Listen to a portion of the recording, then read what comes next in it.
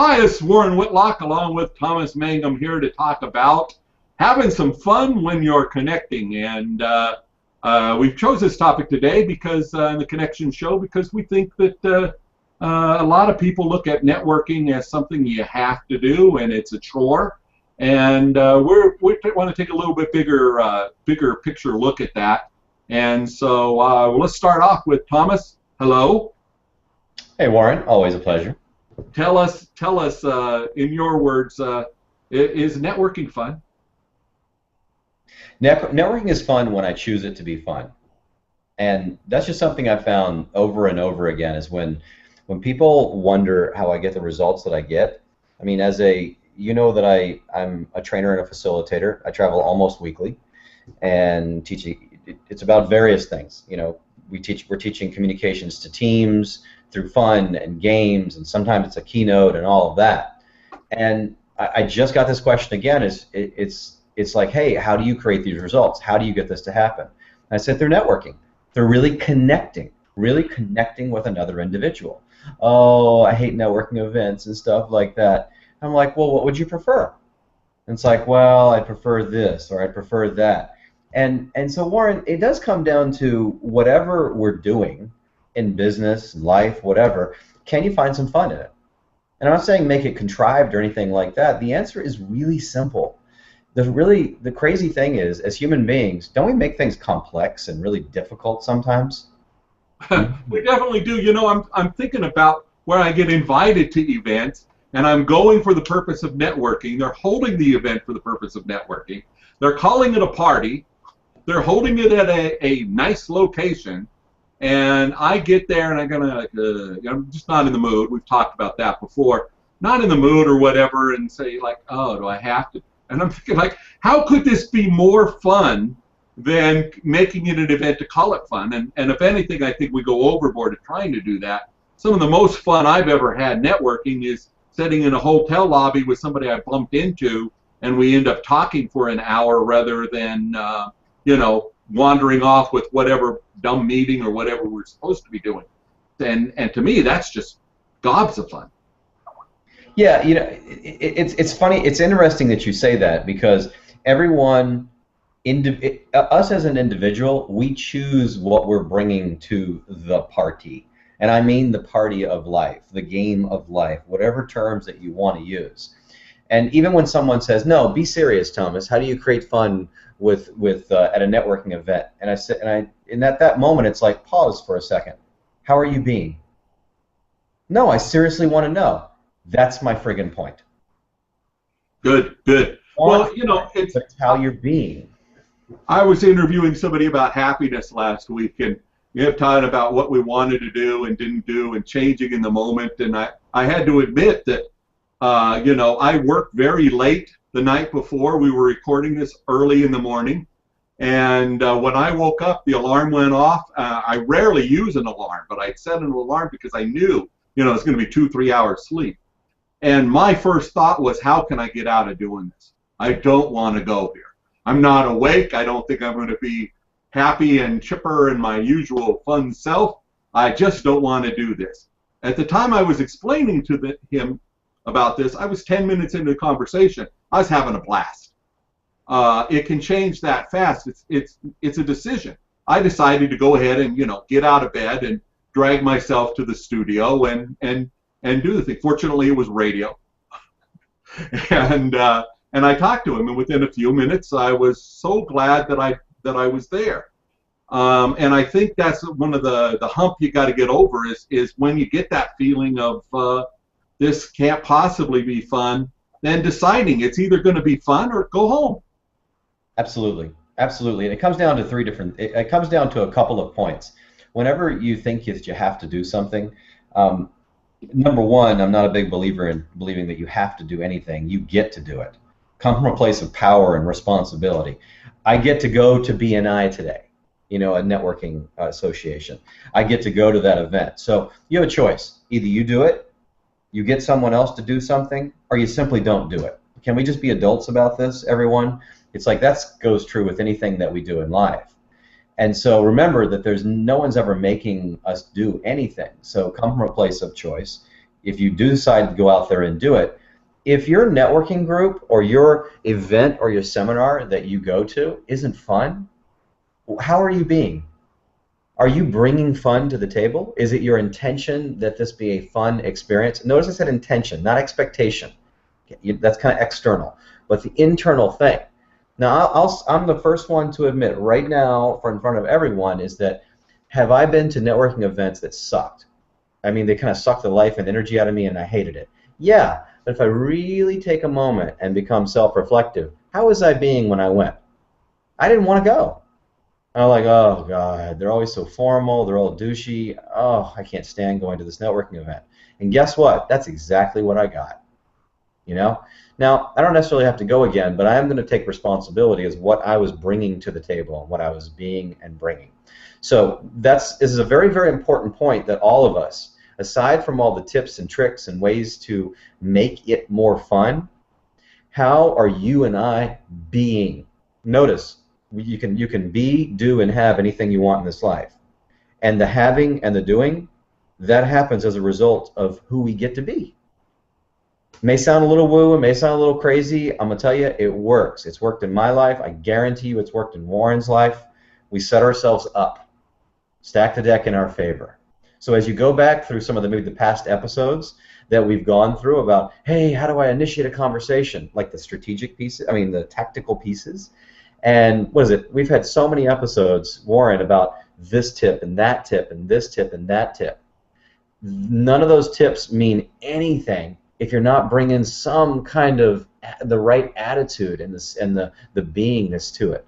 If you do that, you will have what you want, and you will get to do the things that you want. It works. There's no secret. I wish I could say it was a secret sauce, and then I bottled it, and then I sold it. It's not a secret sauce. Now, that said, will you always know how to do this yourself? Will you need some help periodically? Yeah, and that's what Warren and I are here for. We're servers. I call it the humble servants, really. Because it gives me great joy, and I'm pretty sure it gives Warren great joy as well when you ring us up or connect with us or engage with us. This is fun for us. If we can help you bridge that gap, it's our pleasure. Yeah, if I get a tweet from somebody saying, thank you, I never thought about it that way before, it makes my day. In fact, for a while, I got to a point where I was using the phrase, it makes my day, so often that I started keeping track of it to make sure that I was only telling one person a day that it made my day. And sure enough, I wasn't overusing it. And so I'm a lot more apt to say that now because it's true. It does, it makes my day when somebody can really get some help from what I'm doing. And it doesn't matter how many people are at the event, whether the food was any good, whether the venue sucked, whether the noise was too loud or too soft or whatever, because, I figured out how to feed myself and how to get to a quiet room when I need that and, how to live through those things. That's a long time ago. I like to think of the metaphor, though, of the person that shows up for one of those events and says they have to be there because their boss sent them. And I differ with you a little bit. I think there are people that process things by saying, I have to go to the networking event, and that's just the way they think and talk. I'm like you, I would much prefer to say, I get to go, no matter what it is. I get to go to the DMV today. I can't say that one with a straight face. But just about every other place I can say with a straight face. What fun are we going to have at the dentist today? And I just tried to make all the things that would be drudgery into fun because it's an attitude that I bring, and if I bring that, it's okay. And so, but I'm thinking back to that metaphor. My boss said I had to come to this networking event. It's totally different than the employee whose job it is to go to a networking event, who's always looking for more and how to get more involved, so she can tell the boss that she can go to another networking event. I now need to go to 4 a week and look at the results I'm getting, and I'm so excited about it, and it's going to really help our business. That person's a lot more fun to hang around with, and I think we all have that little script going on in our heads. You know, I don't really want to be here. I've got a lot of work going on.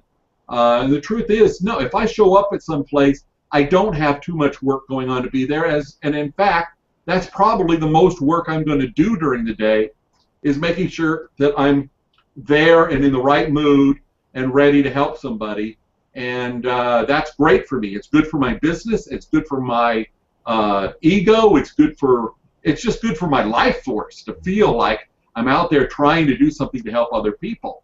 And that's the same event that I could have walked into 10 minutes earlier and go like, this is it, Dad, I'm going home.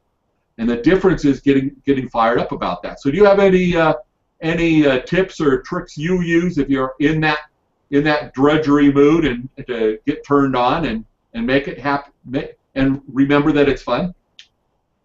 Are you specifically around the employee that feels that they have to be there? There's a good one. Let's start there. Because I know that I feel the same way, so employee, non-employee doesn't really matter. Well, this happens every week because usually I'm in front of a corporate audience.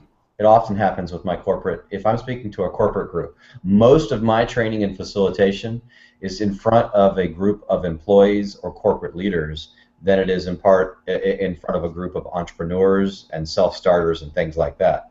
So I'm actually more accustomed to enrolling, if you will, like people into having some fun in the meeting that they're in. And the way that I do that is I do put it back on them. And we discuss personal intention. Why did you come today? Oh, because my boss made me. Now this will tie in directly to the person that's going out and doing, let's say they're on a sales team at a corporation. And they're like, man, my business relies on me going to a networking event, but man, I hate networking events, that kind of thing. And I'm about to sneeze, so hold on a second. And it doesn't work when you want to work it, huh? That's what happens with a sneeze. So, yeah, so it goes right back to the way I tend to disarm people and talk about the elephant in the room or the feeling in the room when I come in there as a consultant or as a trainer or facilitator, and someone's like, what are they going to teach me? This is going to suck. You know, I'm being made to come here. And this is where I put it back on you. It's like, well, if you had a magic wand, how would you make it? What would it be like? Well, I wouldn't be here. Well, let's fine. All right, you still have a choice to do that. And see, I like to chase it down the rabbit hole, Warren. Seriously, if I'm speaking to you right now, and you know you want to, somebody's trying to argue that, it's like, are you more in love with hating that event, or would you genuinely like to have some fun around that? You may be watching this right now, and going, no, you're completely wrong, Thomas, and networking events suck, and you're not really going to change that in me. And I say, you're right. You're right. I'm wrong. You can't create fun with that. I'm okay with saying that. Because at the end of the day, I'm going to go away and I'm going to have fun with networking events. And you're not. And I'm okay with that. This isn't a me right, you wrong kind of a thing, good and bad. It is that you made a decision to make it a certain way, or to create it a certain way. I'm never going to fight someone, I'm never going to debate you, and I'm just not going to do that kind of thing. So at some point, I'm inviting you. I'm inviting you to have an intention of what you're creating. It may turn out that way for you, it may turn out positively, it may not. But one way or another, you were in control about what you're creating at your event. What are you coming away with? I'm coming away with meeting one really cool person at this event. Notice I didn't say that it was going to be all tons of fun. Is it possible that you could go to an event and set the intention of, you know what, I'm not really looking forward to going to this event, but you know what, I'm going to come away having met a really extraordinary person today, or a really interesting person. You know, that would have made it all worth it. Terrific. Baby steps, turtle steps. You know, I'm thinking of an event where you and I hung out once, and I was at the event thinking, like, I'm going to stop by to see a friend. I was done with that. I was thinking I didn't want to be around at the event. And then I was enjoying the idea that something else could happen. Had I not decided that I was going to make the best of that part of it, and this is even after wanting to be there, voluntarily going, because it's where I wanted to be on a Friday afternoon. And, you know, I made the decision, I'm going to make the most of this. And, you know, the next thing I know, I'm talking to you. We had a great time. The event was sensational for the next 2 days after that. And I wouldn't have stayed if I'd have just gone with the gut saying, like, is this gonna be any good? Because I had already made the decision that it wasn't going to be that good.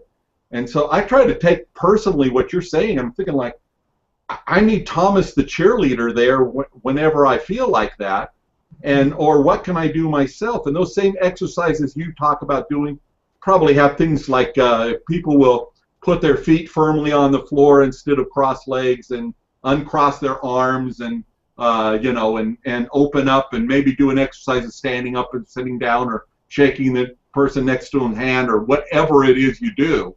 That kind of gets them in the mood. I'm thinking, like, well, I could do that same thing to myself. Yeah. I can have my inner Thomas speaking to me of, this is going to be fun. I thought of one more, that this is a trial. I have to say I haven't done this yet.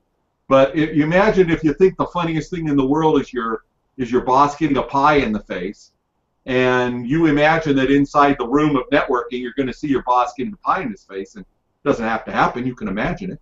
And that always makes you laugh, puts you into a good mood. The minute you get to registration at a networking event, you think, oh, look, there's my boss getting a pie in the face. And I think that's pretty far-fetched for me to ever see happen. One, I don't have a boss.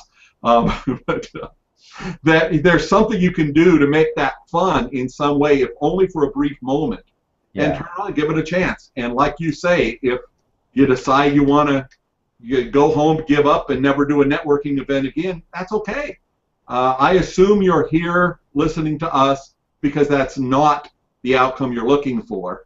If it ever becomes the outcome you're looking for, or this doesn't resonate with you, fine, go ahead. But I assume that anybody that's come this far with us knows that the best thing to do is to go ahead and get happy. Warren, it's interesting because, my vision for this world is that we as individuals and human beings are able to have an intimate, open, honest conversation with each other, seeing the very best in each other. And that's not something I can do alone.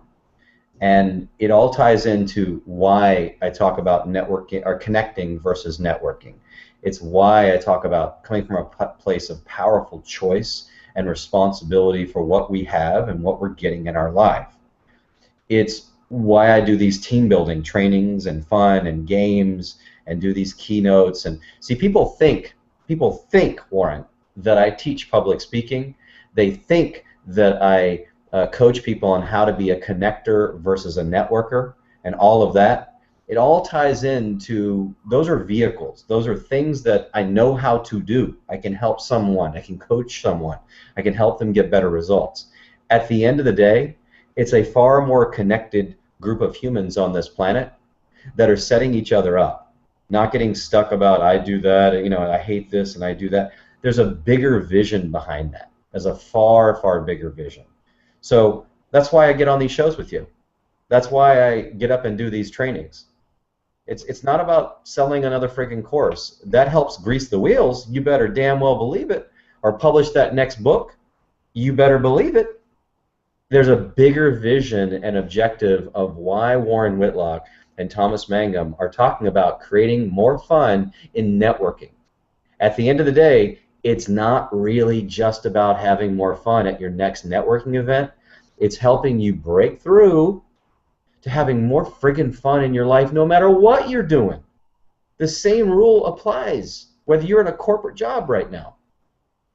And ultimately, it's about, for our objective, it's like we want to break through and find the 1%, 10%. We'd love it to be 100% of the people that view this then want to connect further on any level, because the more I connect and learn about other people, the better it is. I mean, geez, the people I talk to on Twitter in a day, it's phenomenal every day to take a look at the fact that I'm talking to somebody who absolutely no way do I see myself ever doing business with them, selling them anything, engaging in anything like that. There was somebody that was asking questions like they were potentially looking for a product I have for sale that I mentioned on Twitter last night.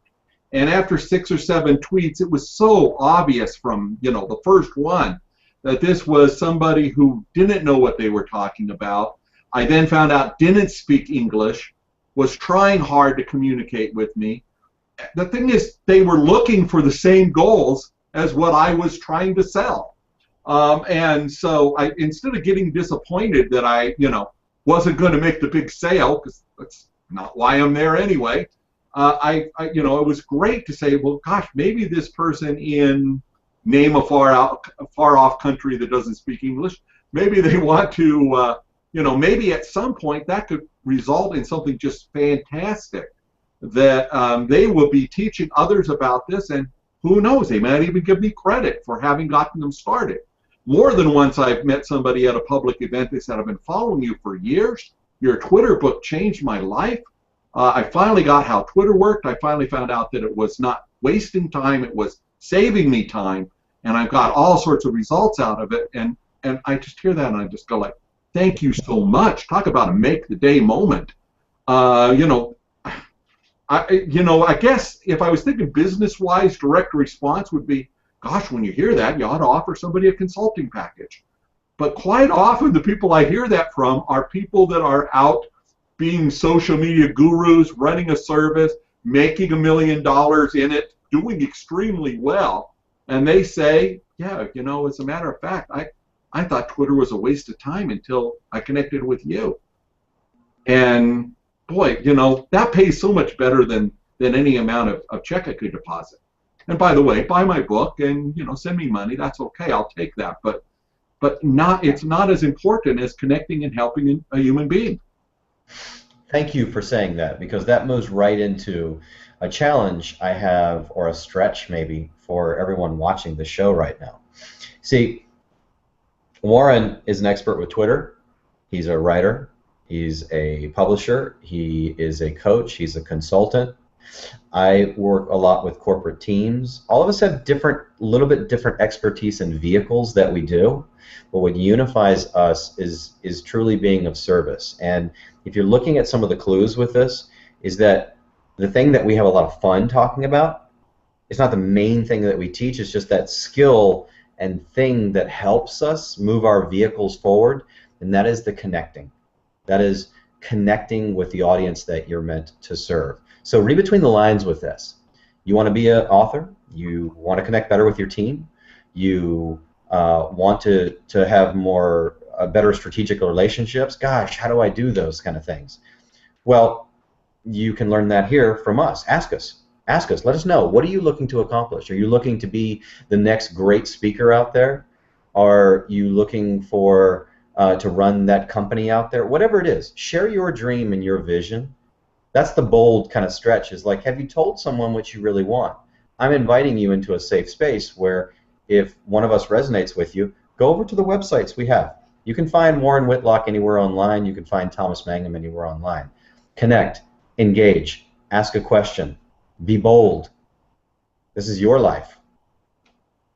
Yeah, that's a great place to sum it up. Do that. The show is here wherever you found it.